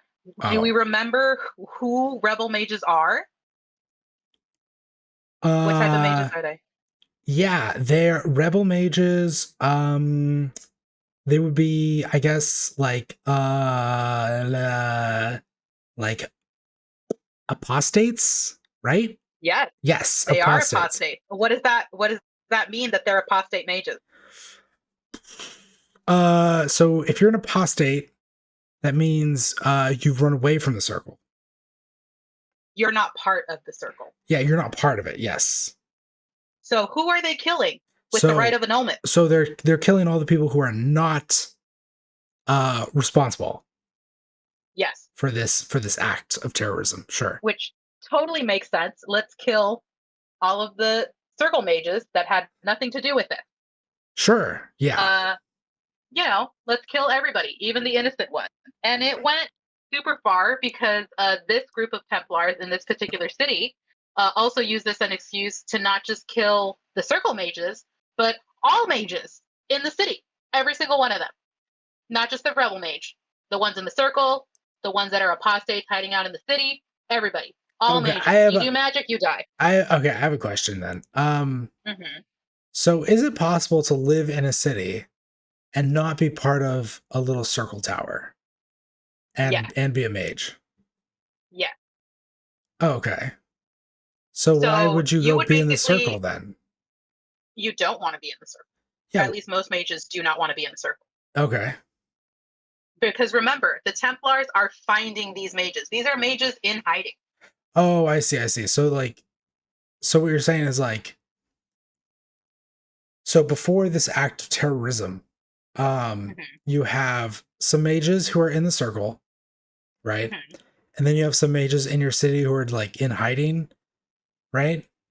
But then after this act, you have the Templars not only killing the mages in the circle, but also going around and like really cracking down, right? Mm-hmm. Like before they would be like, oh, we're not going to come into your house to check if you lit your lantern with magic, but now we are, right?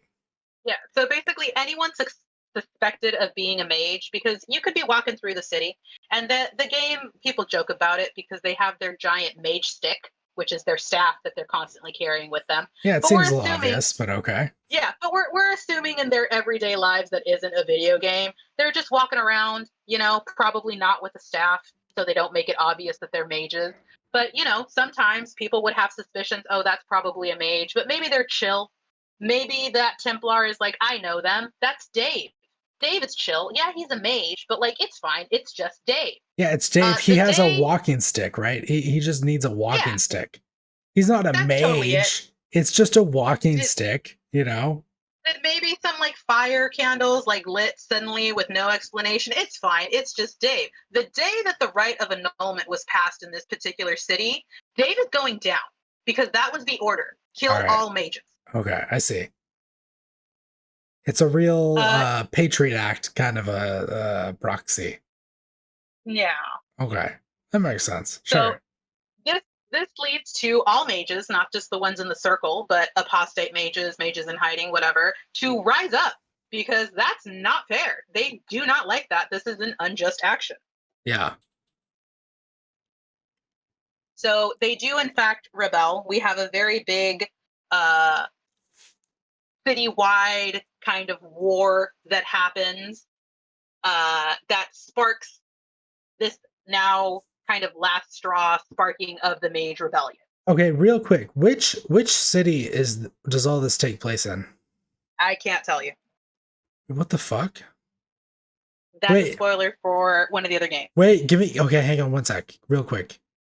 Give me one guess, okay? Here's my guess. Are you ready? Mm-hmm. Is it Kirkwall? Yes. Okay, I nailed it!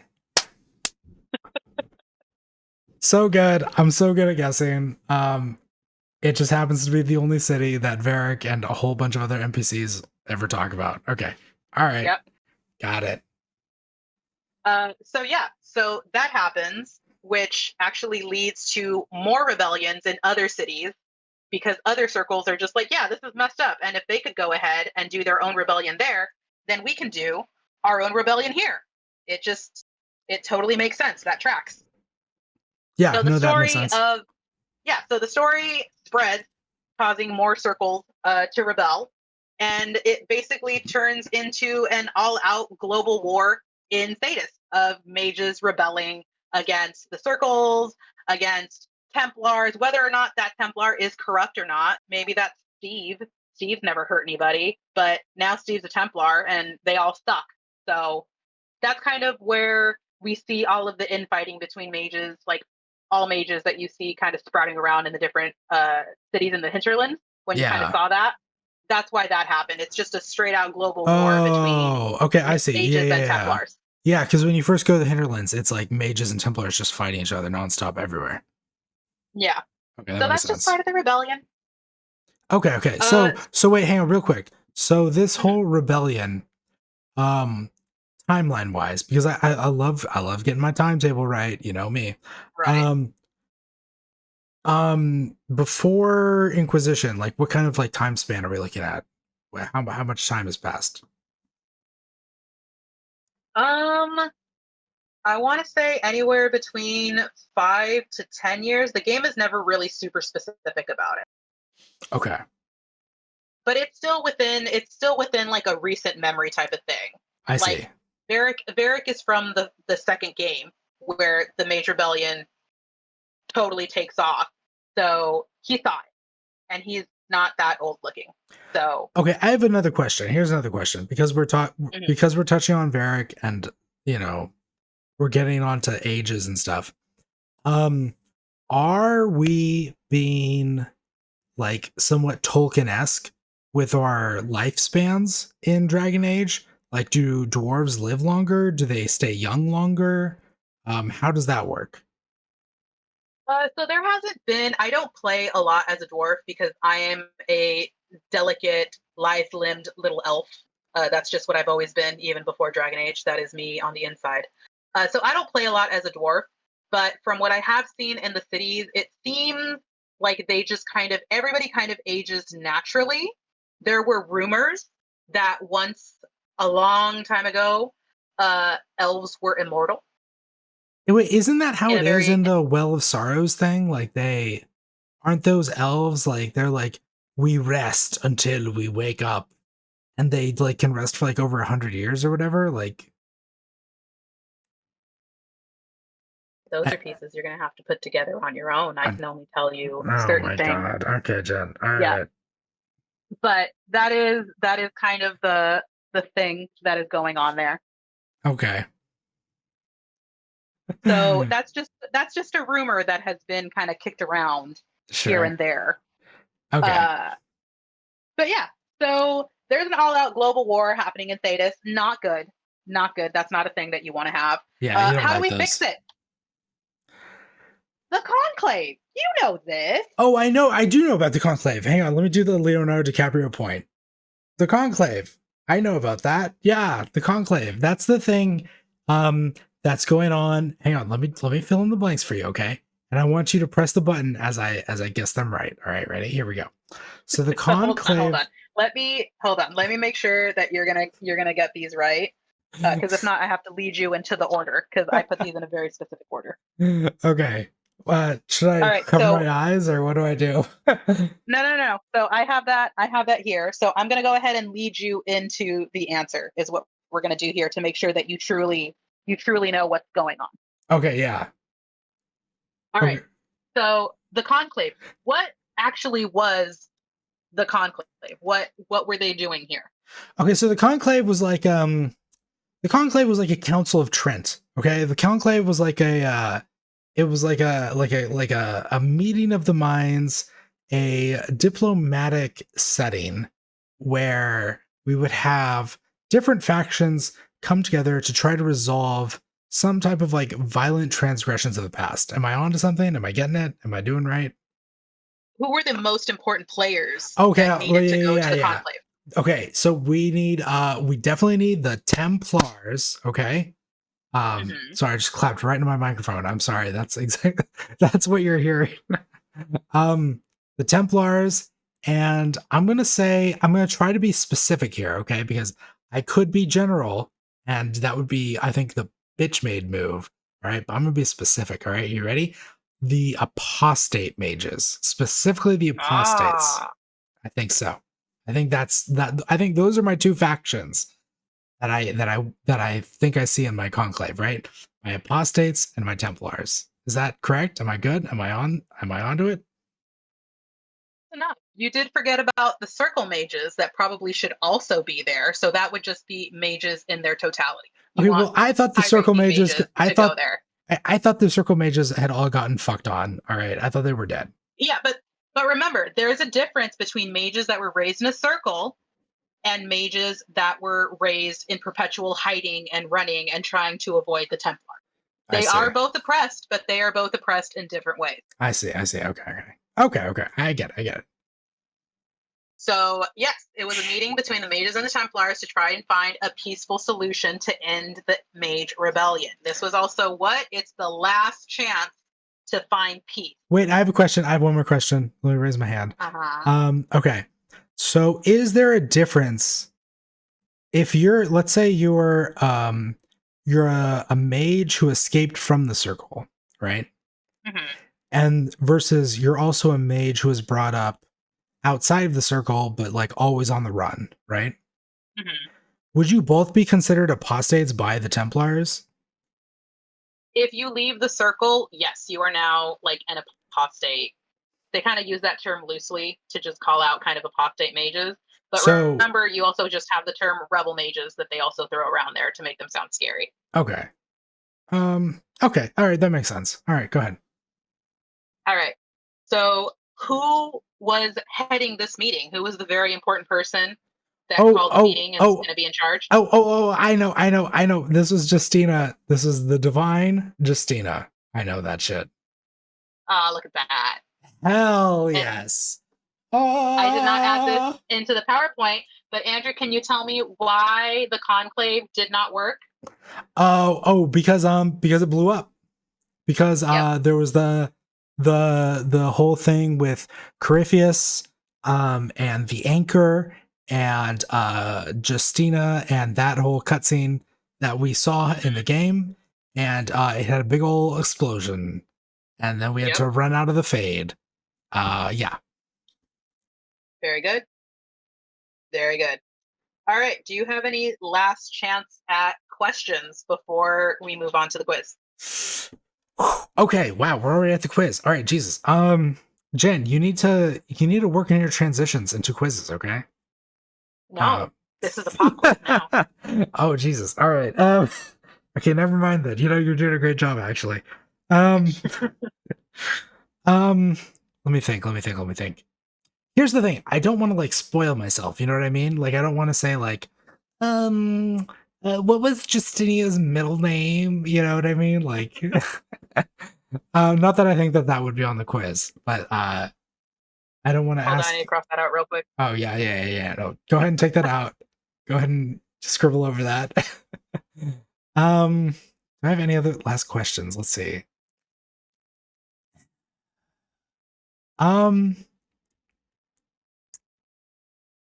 No, I think I'm good. I think we can go into the quiz. I'm feeling confident, actually.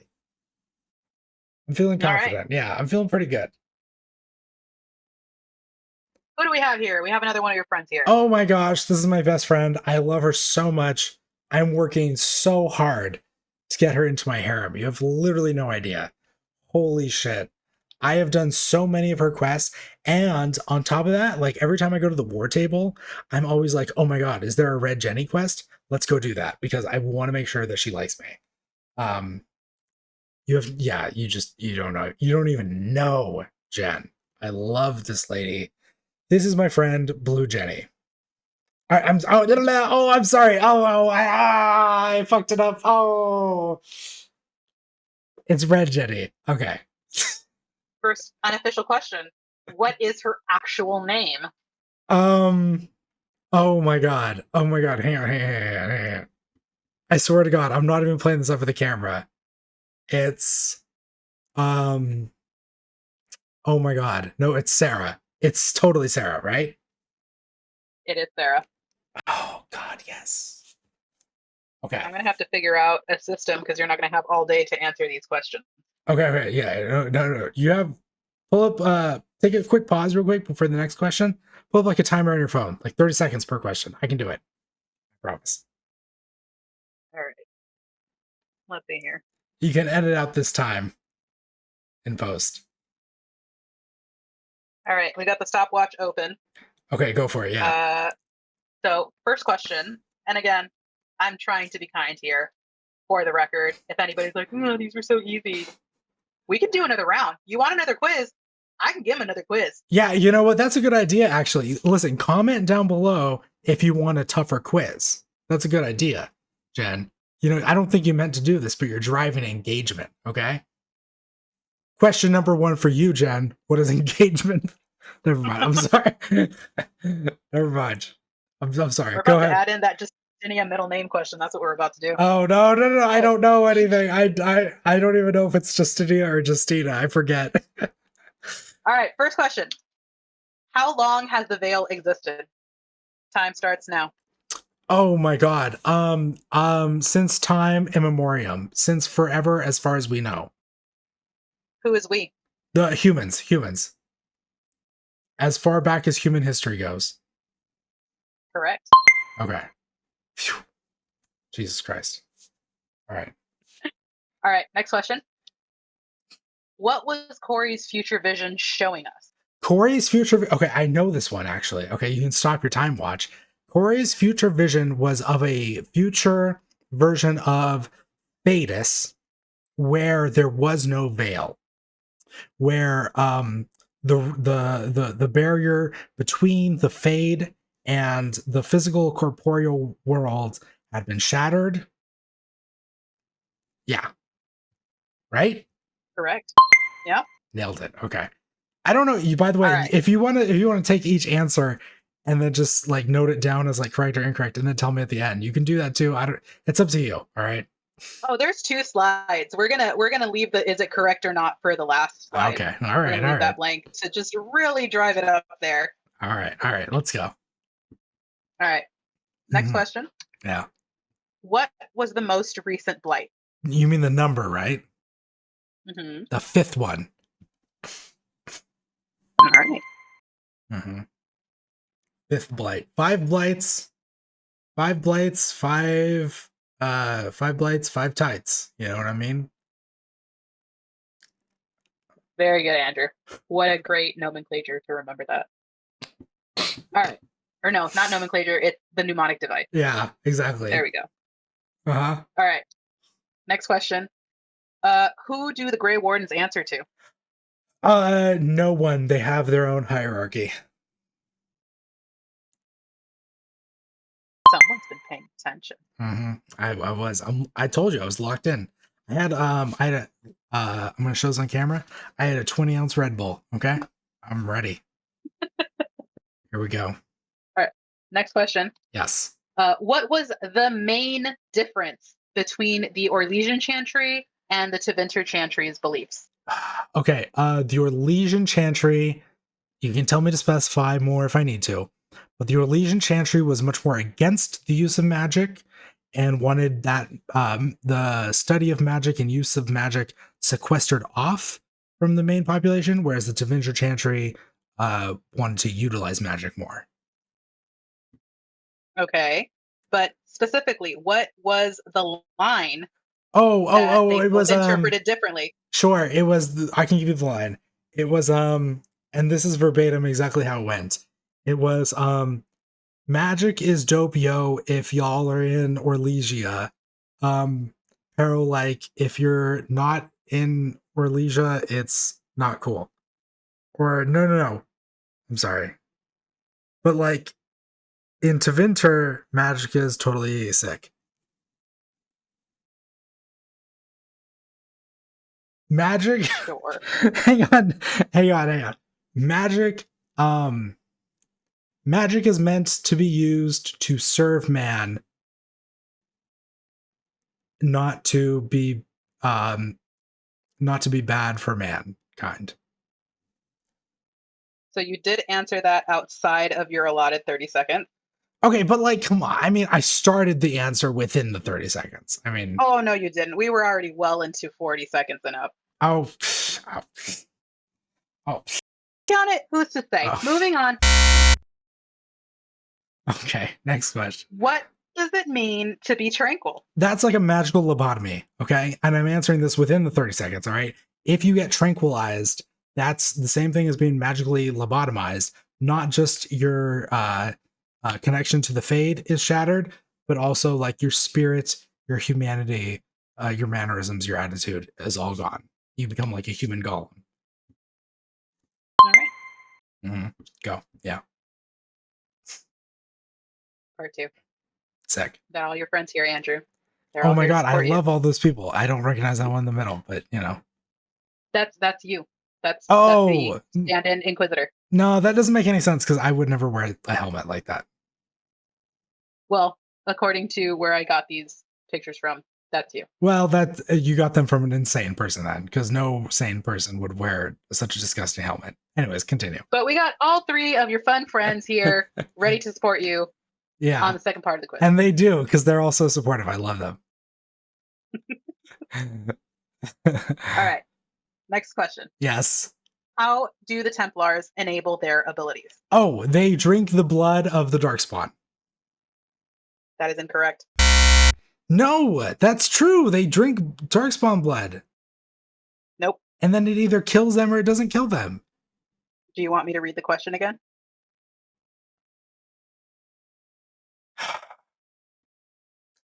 God fucking damn it. God You fucking got damn 7 it. seconds. Okay, the Templars 5. use lyrium. They use lyrium. The Templars use lyrium. It's the Grey Wardens who drink the Darkspawn blood. Oh, you did it with 2 seconds to spare. Okay, Jesus Christ. Oh my God. Okay. Yeah. No. Yeah. Okay. Tried to argue with me. I know. Well, listen, Jen, yeah, it's a really bad time for you to learn this, but actually, I never learned how to read. All right, let me read out the next question Yeah, for you then. thank you. Next question. Yes.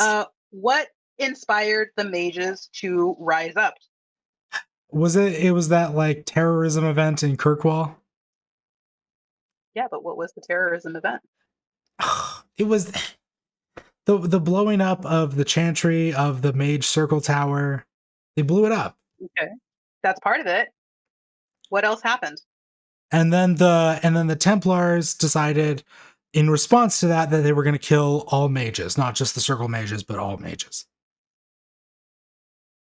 All right. Do you remember what that was called? It was called the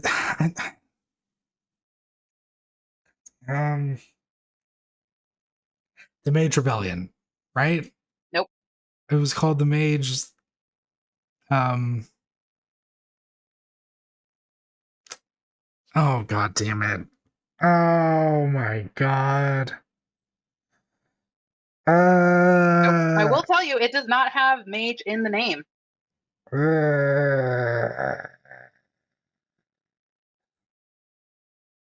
I gave you an extra 30 seconds, and we're coming up on the last 2 seconds. That is 30. I don't know. Yeah, I don't know. It's not the Conclave. I don't know. It's like the mage. The right of annulment.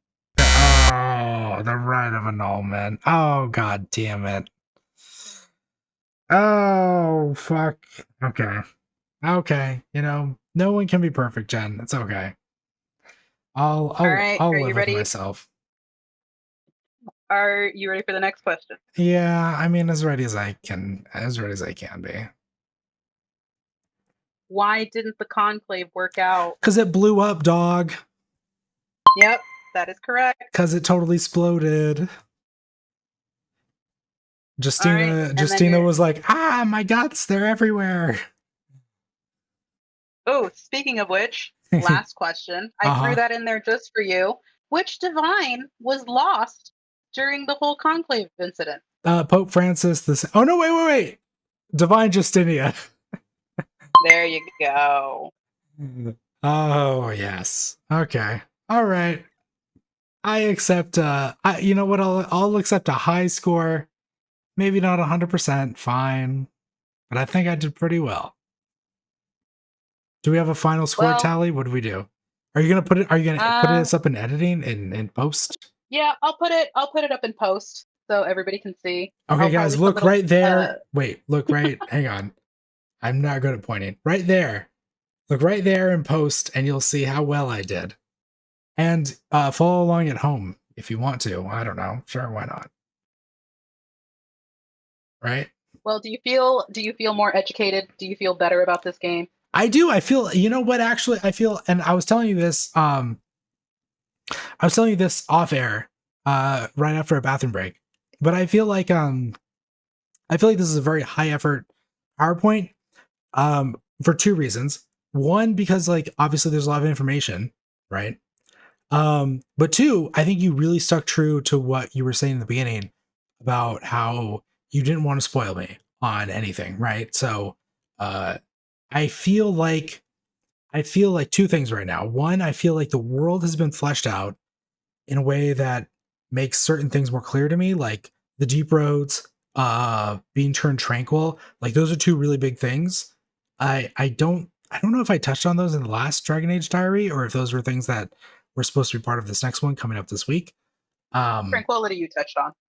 Okay, yeah. No, but I think there was definitely like there was one dude. It might be this week, so I might not have recorded in the last A roll. Um, but there was one dude who Oh was wait, yeah, it was the lady warden.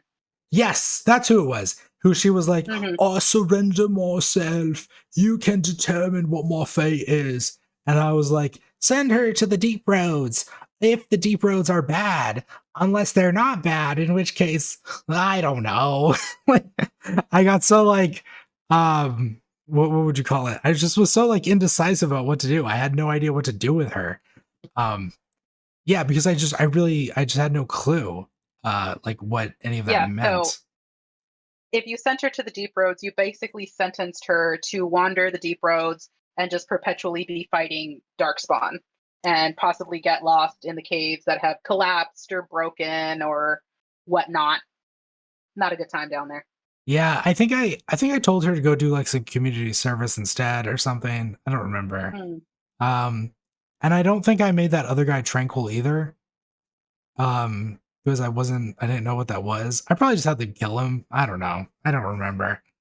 Um, yeah, no, but I mean, it's good to know about that kind of stuff. I think if anything, the biggest thing I learned is that we should have probably done this whole thing like 2 weeks ago. Just so that I would have been like a little bit more informed about like what's actually happening in a game. But you know, better late than never, right? And yeah, and I think a big positive that comes out of this is that I still really have no idea what happens in Dragon Age or Dragon Age 2. Very important. Again, I really want you to go back and play those games to really get the full fleshed out idea of this world. And if you Yeah, want Andrew out there, if you want him to go back and play those games, back me up in the comments because y'all know all the great moments that he's missing out on.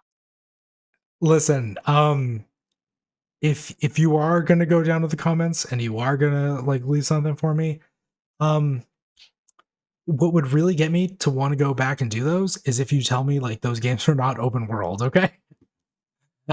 I feel like I say this in every Dragon Age video. And they've all been like Inquisition diaries or whatever up to this point.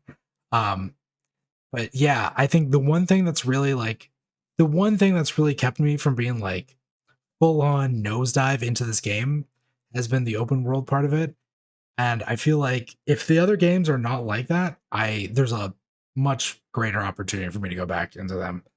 Um, because otherwise, I think Monster Hunter Wilds comes out in like February next year, so we're probably looking forward to that. Anyways, I'm sorry. Go ahead, Jen. If you had anything else to say.